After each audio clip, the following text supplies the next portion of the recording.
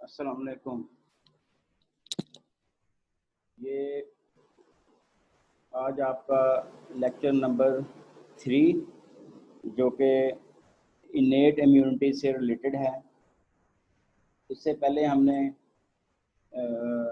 Innate immunity का कुछ components पढ़े जो कि मेनली थे कि बैरियर जो हमें स्किन बैरियर्स होते हैं, एपिथेलियल बैरियर्स हैं, फिर इन बैरियर्स के ऊपर जो सिक्रीशंस होती हैं उनका फंक्शन, उनके अंदर जो एंटी माइक्रोबियल पेप्टाइड्स होते हैं उनका हमने पढ़ा, और फिर इसी तरह सर्फेक्टेंट प्रोटीन्स हैं, लाइसोजाइम्स हैं, और अल्टीमेटली सेल्स जो इन सर्फेसिस पर मौजूद होते हैं उनकी टाइप्स डिस्कस की हमने। मैक्रोफेजेस, न्यूट्रोफिल्स, डेंड्रिटिक सेल, मास सेल, नेचुरल किलर सेल और intra epithelial lymphocytes.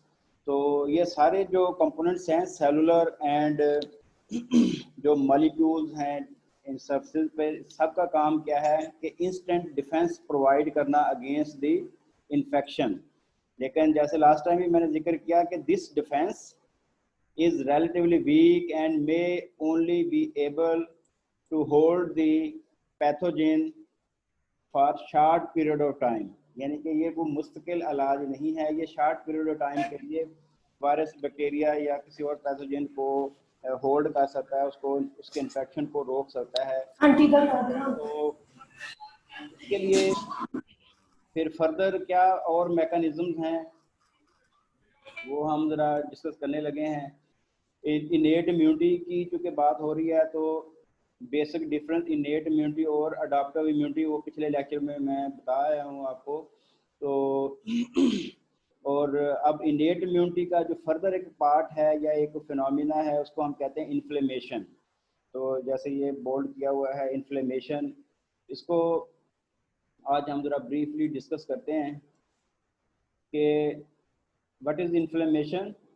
it is the collective effect of molecules and cells of the innate immune system। वही सेल जिनका हमने जिक्र किया ऊपर, और मॉलिक्यूल जो कि एंटी माइक्रोबियल मॉलिक्यूल्स भी हैं, लाइसोजाइम या एंजाइम भी हैं, सर्फेक्टेंट प्रोटीन्स हैं, और बहुत सारी सिक्रीशन जो हैं एपिथेलियल बैरियर जो स्किन के ऊपर होती हैं, सब का मिल के जो एक कलेक्टिव इफेक्ट होता है against any insult by the pathogen और एनी ट्रामा और इंजरी या कोई लोकल इम्यून रिस्पांस हो, तो उसके रिस्पांस में जो एक इन्फ्लेमेशन होती है, तो सॉरी जो रिस्पांस होता है उसको इन्फ्लेमेशन कहते हैं। और इन्फ्लेमेशन को हम आम ज़बान में सोजिश कह देते हैं, जो कहीं भी कह लें वो मक्खी लड़ जाती है, शहद की मक्खी या कोई और इस तरह की, या कोई कह लें किसी को कांटा लग गया, कील चुभ गया, या और कोई इस तरह की फॉरेन पार्टिकल पेनिट्रेशन होती है स्किन में, तो फ़ौरन थोड़ी देर के बाद वहाँ पर स्वेलिंग हो जाती है, तो उसको हम कहते हैं इन्फ्लेमेशन, जो कि बेसिकली एक इनेट इम्यून रिस्पांस है। तो अब इसके और जो फीचर्स हैं वो हमने देखने हैं क्या होते हैं कि inflammatory response is initiated by tissue resident और sentinel cells of the innate immune system which include macrophages, dendritic cell and mast cell। ये 3 सेल पता होने चाहिए कौन से सेल हैं जो कि इन्फ्लेमेशन को स्टार्ट करने में जिनका रोल है। मैक्रोफेजेस होते हैं, डेंड्रिटिक सेल होते हैं और मास्ट सेल होते हैं। अब ये जो सेल हैं इनकी सरफेस पे खास किस्म के रिसेप्टर्स होते हैं जो कि बैक्टीरिया जो है उनके स्ट्रक्चरल कंपोनेंट्स के साथ बाइंड करते हैं, या बैक्टीरिया जो एंजाइम रिलीज करते हैं टिश्यू के अंदर उनके साथ बाइंड करते हैं। और इसके अलावा कोई टिश्यू इंजरी हो जाए जैसे, तो वहाँ पर जो सेल डाई हो रहे होते हैं, नॉर्मल सेल जो कि इंजरी की वजह से डाई हो रहे होते हैं, डैमेज और डाइंग सेल, वो भी खास किस्म के मॉलिक्यूल रिलीज करते हैं जिनको कहते हैं अलार्मिन्स। अलार्मिंग साइन से अलार्मिन, तो अलार्मिन्स हो गए। बैक्टीरिया का अपना जो स्ट्रक्चरल कंपोनेंट होते हैं वो, या उनके एंजाइम्स वगैरह या उनकी जो भी सिक्रीशंस होती हैं वो बाइंड करती हैं इन सेल के रिसेप्टर्स के साथ। तो क्या होता है जब ये रिसेप्टर और उनके जो मॉलिक्यूल के आपस में कले बाइंडिंग होती है, तो उसके नतीजे में सेल जो हैं, ये जो जिनको मैंने सेंटिनल सेल कहा, चौकीदार सेल कह लें, तो उन सेल, वो सेल जो हैं खास किस्म के इन्फ्लेमेटरी मीडिएटर्स रिलीज करते हैं। यानी कि इन्फ्लेमेटरी मीडिएटर्स क्या हैं, खास किस्म के मॉलिक्यूल्स हैं जो कि जिनका इन्फ्लेमेशन को स्टार्ट करने में एक रोल है, उनको हम कहते हैं इन्फ्लेमेटरी मीडिएटर्स। कुछ मीडिएटर्स कौन से हैं? These mediators include cytokines and chemokines और वैजो एक्टिव मॉलिक्यूल। वैजो एक्टिव का मतलब जो वेसल पर एक्ट होते हैं, तो वैजो एक्टिव बेसिकली ये करते क्या हैं कि वेसल, ब्लड वेसल जो है खास तौर पर जो होती हैं कैपिलरीज, उन पर ये एक्ट करके उनको उनकी डायलेशन या उनकी कंस्ट्रिक्शन, जब जरूरत हो डायलेशन तो डायलेशन करते हैं, जब कंस्ट्रिक्शन हो तो कंस्ट्रिक्शन करते हैं। तो ओवरऑल कहते हैं वैजो एक्टिव मॉलिक्यूल। तो एनीवेज ये जो सेल है macrophages, dendritic and mast cell, they release cytokines, chemokines and certain vasoactive molecule when they come in contact with pathogen और एनी अलार्मिन। तो जब ये मॉलिक्यूल रिलीज हो जाते हैं तो जैसा कि उनका काम ही इन्फ्लेमेशन को मीडिएट करना है, स्टार्ट करना है। तो an inflammatory response involves the accumulation of fluid, plasma proteins and blood leukocyte at the site of insult. यानी जहाँ पर कोई भी इन्फेक्शन हो, इंजरी हो, तो वहाँ पर क्या होता है ब्लड में से प्लाज्मा प्रोटीन, ब्लड में से फ्लूइड और ब्लड में से ही लिकोसाइट्स निकलते हैं और साइट पे एक्यूमुलेट हो जाते हैं। तो मकसद क्या होता है उस एक्यूमुलेशन का? The aims of the inflammatory response is to neutralise the inciting cause, that is pathogen or any other particle, to contain the pathogen and prevent their systemic spread, कि उनको उसी जगह तक ही रोक के रखना और ताकि और बॉडी में ना फैल जाए। तो ये काम है इन्फ्लेमेशन का। और जब इन्फ्लेमेशन अपना यानी कि सबसाइड हो जाती है इन्फ्लेमेशन, तो फिर एक उसकी वजह से वहाँ पर उस टिश्यू पर जो इंजरी हुई होती है उसको क्या कहते हैं, उसको रिपेयर करना भी एक प्रोसेस है, उसको कहते हैं हम टिश्यू रिपेयर। तो इन्फ्लेमेशन के बाद tissue repair once the pathogen is eliminated, तो टिश्यू रिपेयर भी इन्फ्लेमेशन का ही करें एक पोस्ट इन्फ्लेमेटरी प्रोसेस है। तो ओवरऑल इन्फ्लेमेशन जो है इसको दो फेजेस में हम डिवाइड करते हैं, एक को हम कहते हैं एक्यूट और दूसरी को क्रोनिक इन्फ्लेमेशन। तो एक्यूट जो कि फ़ौरन स्टार्ट हो जाती है और क्रोनिक वो जो कुछ देर बाद। तो अब हर एक स्टेज जो है इनके जो कह लें कुछ फीचर्स हैं, इनमें जो कुछ इवेंट हो रहे होते हैं वो हम ज़रा देखते हैं।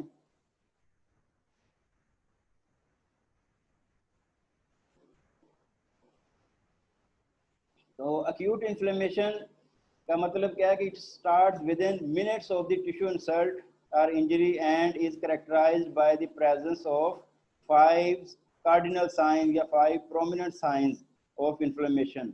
इन्फ्लेमेशन के 5 मेजर साइन होते हैं, उनको हम कहते हैं कार्डिनल साइंस। वो क्या हैं? पेन या वहाँ पर यानी कि दर्द होना, स्वेलिंग जो उसका साइज थोड़ा सा बढ़ जाता है, फिर हीट, हल्की सी उधर कह लें हीट फील होती है, रेडनेस, ठीक है, ब्लड उधर आता है तो रेडनेस होती है, फिर loss of function of the affected tissue, तो टिश्यू डैमेज होती है तो उसका फंक्शन भी लूज हो सकता है।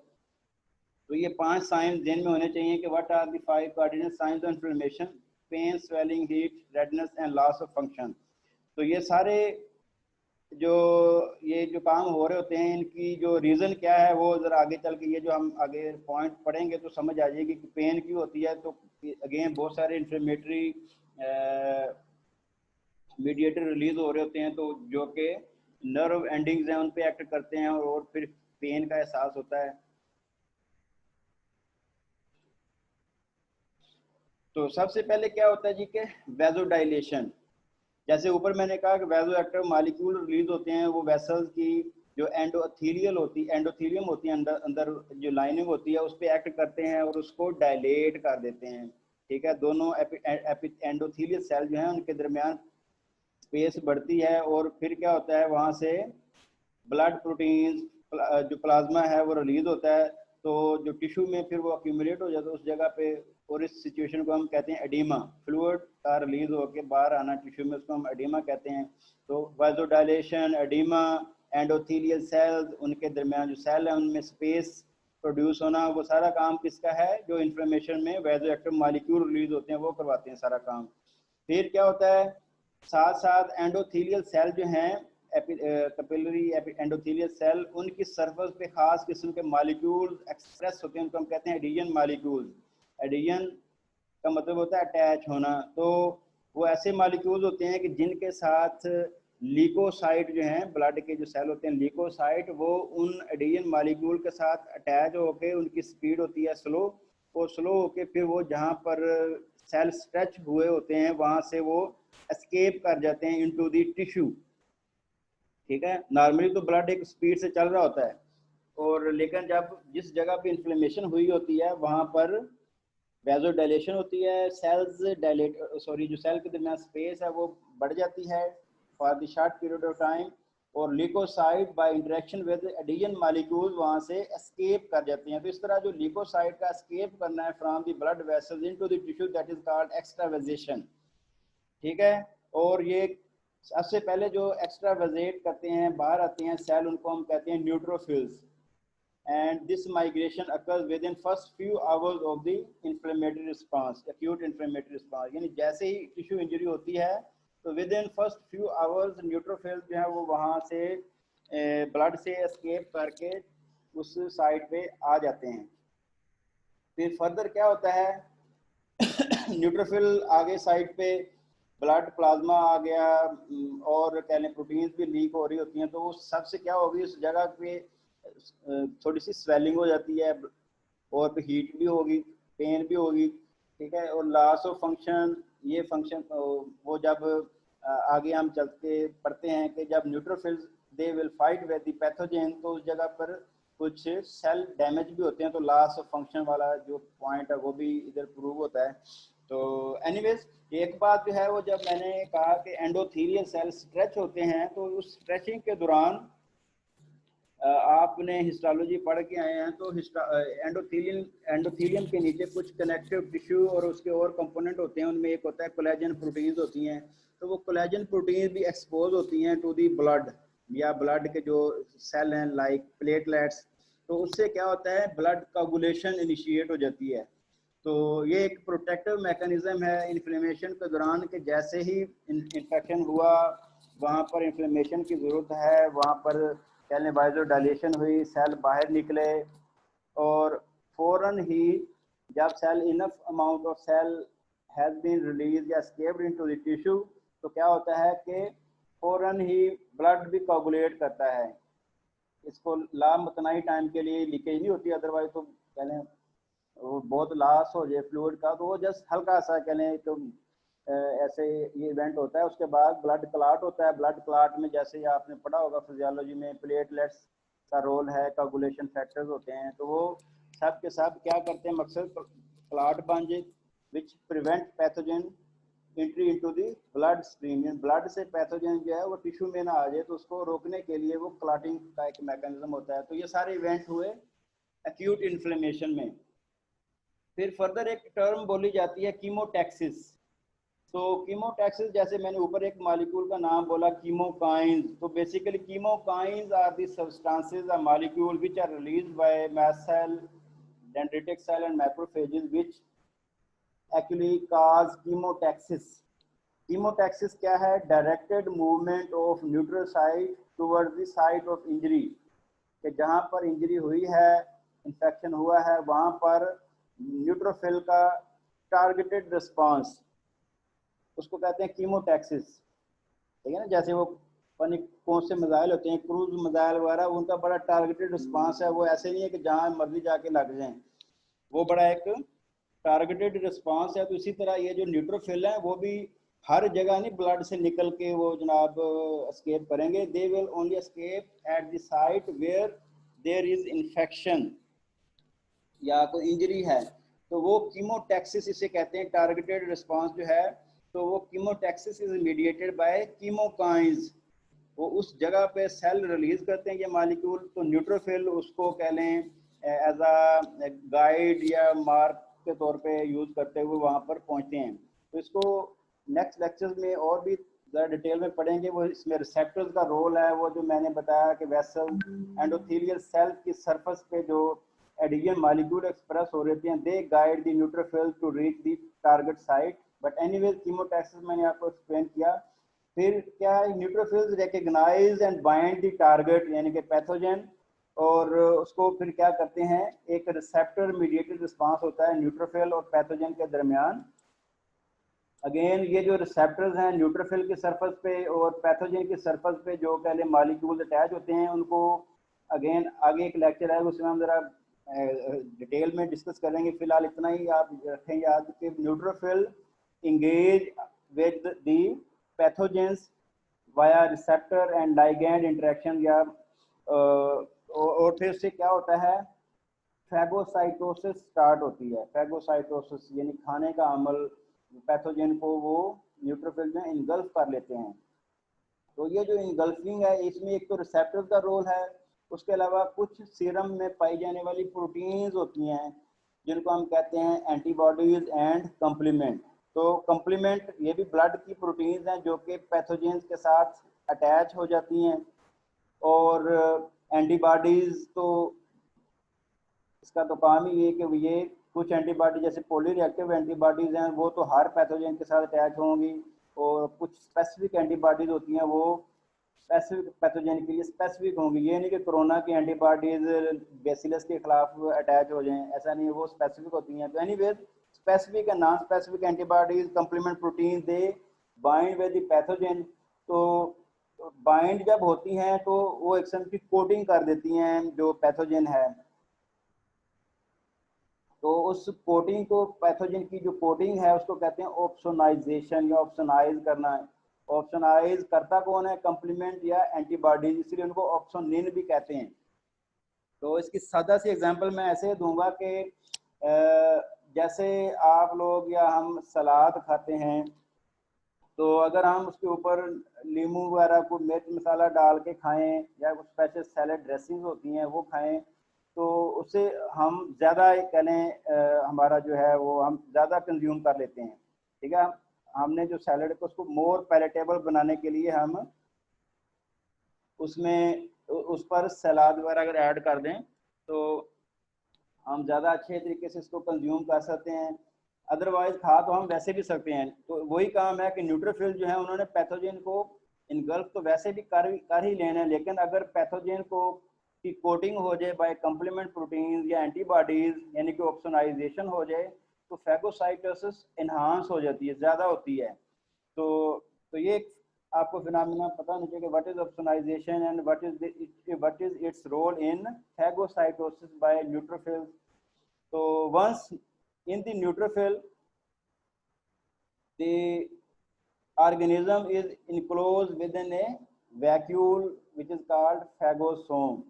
ठीक है, न्यूट्रोफिल के अंदर जब वो पार्टिकल आ जाएगा तो वो एक मेम्ब्रेन बाउंड ऑर्गेनल सा ही बन जाता है जिसको हम कहते हैं फैगोसोम, ऐसी चीज जो कि खाई जा चुकी है। The phagocytosed organism is then destroyed by effect of respiratory burst or by the release of lytic enzymes and antimicrobial peptides in the vacuole। मतलब क्या है कि जब फैगोसाइटोसिस हो गई तो अब वो उसको ऑर्गेनिज्म को, पैथोजन को डिस्ट्रॉय कैसे करता है न्यूट्रोफिल। तो उसके लिए दो बेसिक मैकेनिज्म, एक को हम कहते हैं रेस्पिरेटरी बर्स्ट और एक को हम कहते हैं via the enzymes and antimicrobial peptides which are present in the vacuole. तो वैक्यूल आपको पता है जो यूकैरियोटिक सेल होते हैं उनकी साइटोप्लाज्म में ऑर्गेनेल्स होते हैं, खास किस्म के वैक्यूल्स उनको कहते हैं। तो उनके अंदर लिटिक एंजाइम्स होते हैं, एंटीमाइक्रोबियल पेप्टाइड्स होते हैं। तो वो वैक्यूल जो है वो फैगोसोम के साथ अटैच होता है, वो सारे एंजाइम फिर रिलीज हो जाते हैं इनटू द फैगोलाइसोसोम।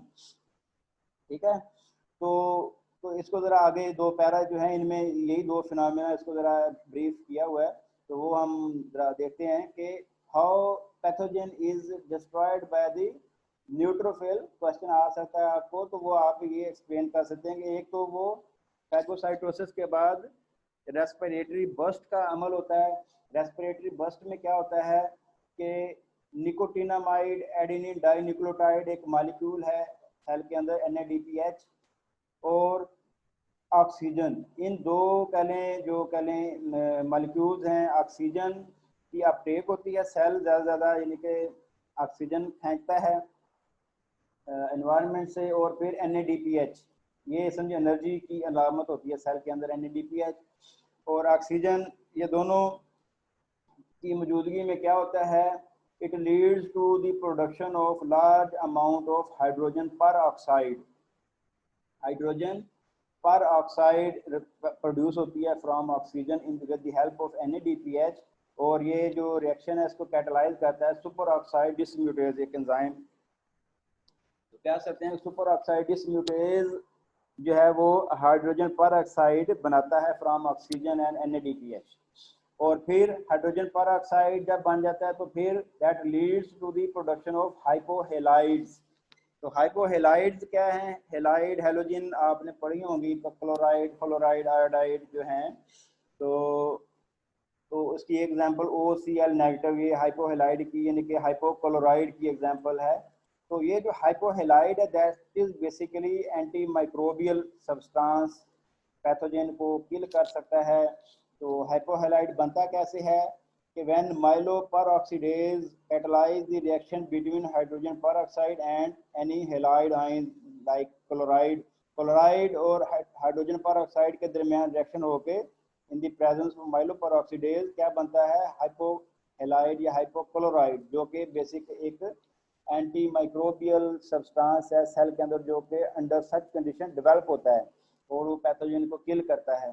तो ये रेस्पिरेटरी बर्स्ट को आप ऐसे एक्सप्लेन कर सकते हैं। फिर फैगोलाइसोसोम जो बनता है, डेफिनेटली ऑर्गेनिज्म इनगल्फ हुआ और उससे बना फैगोसोम, फैगोसोम के साथ लाइसोसोम जो हैं, या जिनको हम वैक्यूल कह रहे थे, वो जिनके अंदर लिटिक एंजाइम है इसलिए उसको लाइसोसोम भी कह देते हैं।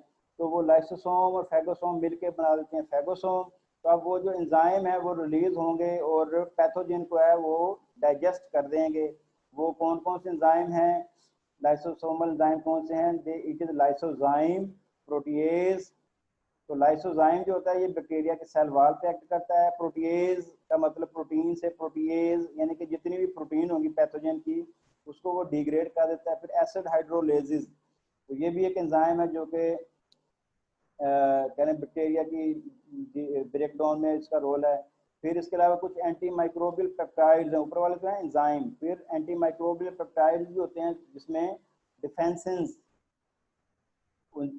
एक उनका नाम है डिफेंसेंस, डिफेंस से डिफेंसेंस, ठीक है। तो अगर आपसे पूछ लिया जाए कि फैगोलाइसोसोम के अंदर कौन से enzyme and antimicrobial peptides होते हैं, तो you must know the names of lysozyme, proteases, acid hydrolases और डिफेंसेंस। तो ये जो सारे मॉलिक्यूल्स हैं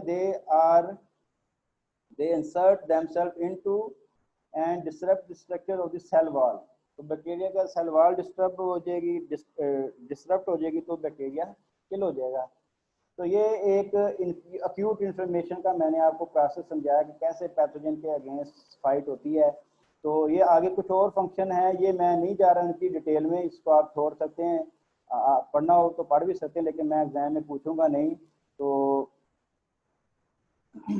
तो फिर इसके बाद जो मेन चीज़ है वो मैं यहाँ से स्टार्ट करता हूँ, सेकंड स्टेज जो है इन्फ्लेमेशन की, जिसको हम कहते हैं क्रोनिक इन्फ्लेमेशन। और क्रोनिक इन्फ्लेमेशन स्टार्ट होती है आफ्टर 24 to 48 आवर्स, यानी कि विद इन 24 आवर्स जो रिस्पांस है दैट इज एक्यूट इन्फ्लेमेशन, और 24 to 48 आवर्स तक जो फिर प्रोसेस चलता है उसको हम कहते हैं क्रोनिक इन्फ्लेमेशन। तो क्रोनिक इन्फ्लेमेशन और एक्यूट इन्फ्लेमेशन में कुछ डिफरेंसेस हैं जो ज़रा पता होने चाहिए। एक्यूट में न्यूट्रोफिल्स इन्वॉल्व होते हैं, क्रोनिक में मैक्रोफेजेस इन्वॉल्व होते हैं। मैक्रोफेजेस जब ब्लड के अंदर होते हैं उनको कहते हैं मोनोसाइट्स, ठीक है। तो मोनोसाइट जब वाया ब्लड एस्केप करते हैं इनटू द टिश्यू तो दे इंक्रीज इन साइज, उनमें जो मेटाबॉलिक कैपेसिटी है वो बढ़ती है, and now they are called macrophages. तो मैक्रोफेजेस या मोनोसाइट कह लें, ये फर्क होता है लोकेशन का। तो वो उनका रोल क्या है, that is chronic, they are involve in chronic inflammation. Chronic inflammation में करते क्या है वो कि न्यूट्रोफिल जैसे मैंने बताया कि वो होते हैं, उनको कहते हैं हम सुइसाइडल सेल होते हैं। ये एक ही दफ़ा पैथोजन को पकड़ेंगे, एक पैथोजन को पकड़ लें, दो को पकड़ लें या तीन को पकड़ लें, लेकिन उसके बाद ये उसको किल करते हैं और किल करने के बाद पैथोजन को खुद भी ये डिस्ट्रॉय हो जाते हैं by process called apoptosis, natural cell death. ये खुद भी डिस्ट्रॉय हो जाते हैं। तो हमारे जो कह लें कहीं भी ये पस होती है, जो हम फिंसियाँ वगैरह जिसे कहते हैं, वो बेसिकली क्या होती है, न्यूट्रोफिल पैथोजेंस का कब्रिस्तान होता है बेसिकली। वो न्यूट्रोफिल जिन्होंने डिस्ट्रॉय किया पैथोजन को, उसके बाद न्यूट्रोफिल खुद बाय एपोप्टोसिस डिस्ट्रॉय हो जाते हैं। तो उसके मुकाबले में जो मैक्रोफेजेस हैं, they are capable of repeated attacks. ये मल्टीपल अटैक कर सकते हैं, ज़्यादा देर रहते हैं, they are long lived and more potent than neutrophils. और फिर जो हैं ये मैक्रोफेजेस, इनका जो रोल है वो ये भी है कि ये जो इनेट इम्यूनिटी का पार्ट तो हैं ही, लेकिन they also serve as a starting point for adaptive immunity. यानी अडाप्टिव इम्यूनिटी को स्टार्ट करने में भी इनका रोल है। वो क्या रोल है वो आगे चल के हम पढ़ेंगे कि अडाप्टिव इम्यूनिटी स्टार्ट कैसे होती है। लेकिन फिलहाल ऐसे इतना याद रखें कि macrophages have a role in activating the adaptive immunity as well. फिर जैसे मैंने कहा कि न्यूट्रोफिल्स और पैथोजन की फाइट के दौरान जब वो डेब्रिस क्रिएट होता है, वो जो पस बनती है उसको हम एपोटोटिक डेब्रिस भी कहते हैं, या फिर उसमें कुछ नॉर्मल टिश्यू भी डिस्ट्रॉय होते हैं। तो वो जो डेब्रिस क्रिएट होता है उसको क्लियर करना, ये भी मैक्रोफेजेस का काम है कि जब टिश्यू डेब्रिस क्लियर होगा, पस क्लियर होगी, तभी टिश्यू रिपेयर होगा, अदरवाइज टिश्यू रिपेयरिंग नहीं हो सकती। तो ये जो टिश्यू रिपेयर का काम है उस मैक्रोफेजेस का एक ये भी रोल है कि they are also involved in tissue repair after clearing the tissue debris which is created after apoptosis और अदर फाइगोसाइटोजिंग नेक्रोटिक टिश्यू। तो ये एक चीज होगी। फिर मैक्रोफेजेस की बेसिकली दो तरह के ये सेल होते हैं, M1 सेल और M2 सेल। तो M2 सेल तो वही हैं जिनका मैंने अभी जिक्र किया कि वो टिश्यू रिपेयर में इन्वॉल्व होते हैं। तो वो ऐसा जिसको कहते हैं they R post inflammatory, during inflammation इनका रोल नहीं इतना, दे आर पोस्ट इन्फ्लेमेटरी। और ये एंड में लिखा है जैसे these cells are non inflammatory but they promote tissue repair and have a role in post inflammatory process. Inflammation के बाद के जो प्रोसेस उनमें रोल है। तो ड्यूरिंग इन्फ्लेमेशन किसका रोल है, M1 सेल का। तो M1 सेल क्या करते हैं, ये उसी तरह जिस तरह न्यूट्रोफिल पैथोजन को पकड़ते हैं, ये भी उसी तरह उनको भी ये फैगोसाइटोज करते हैं।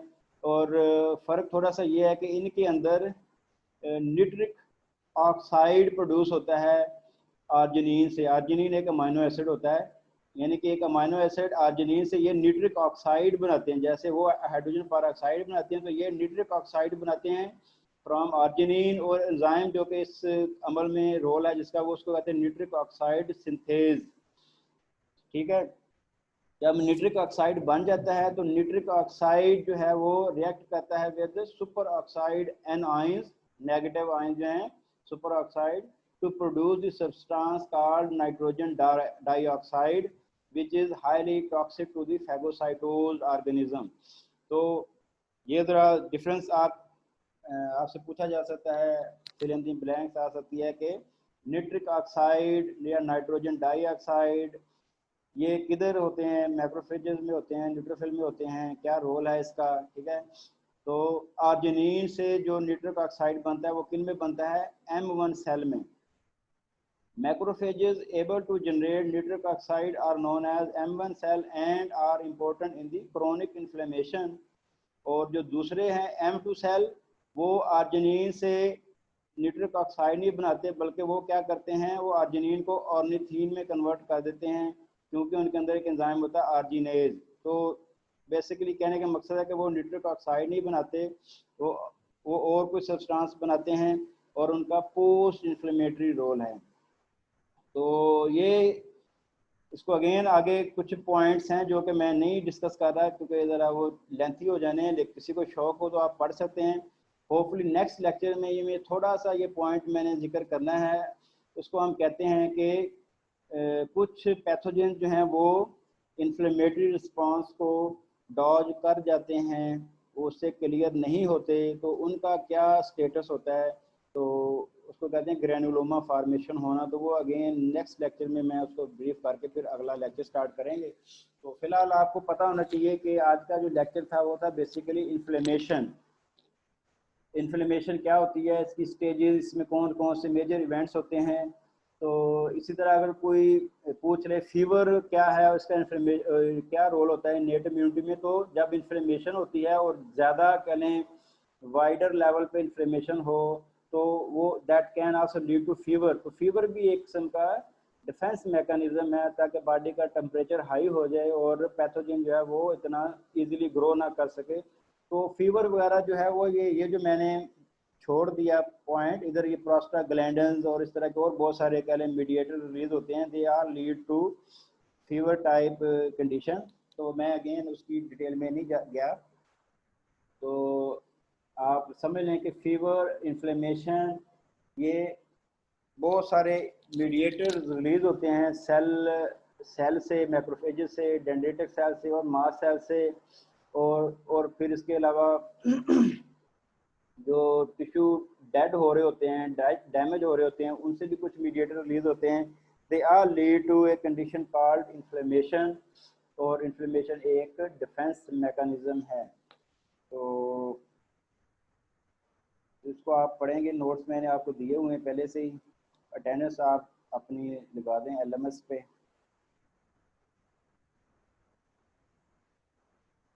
अगर किसी को क्वेश्चन है जो जल्दी जल्दी पूछ सकता है, अभी शायद 2-3 मिनट पड़े हैं।